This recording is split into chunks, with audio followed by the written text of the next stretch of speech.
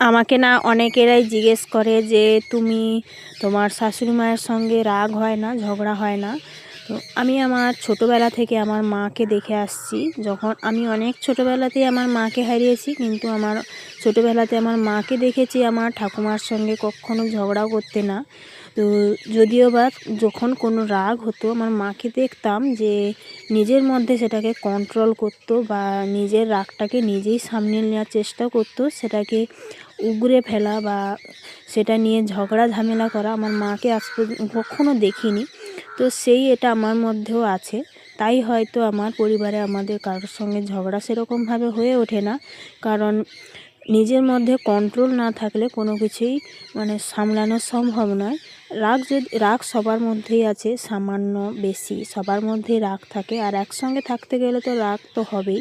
তো রাগটাকে কন্ট্রোল করতে শিখে গেলেই সেখানে কোনো ঝগড়া ঝামেলা ওঠে না। তো এইভাবেই আমি আমার 12টা বছর কাটিয়ে দিয়েছি, তো কাটিয়ে দিচ্ছি।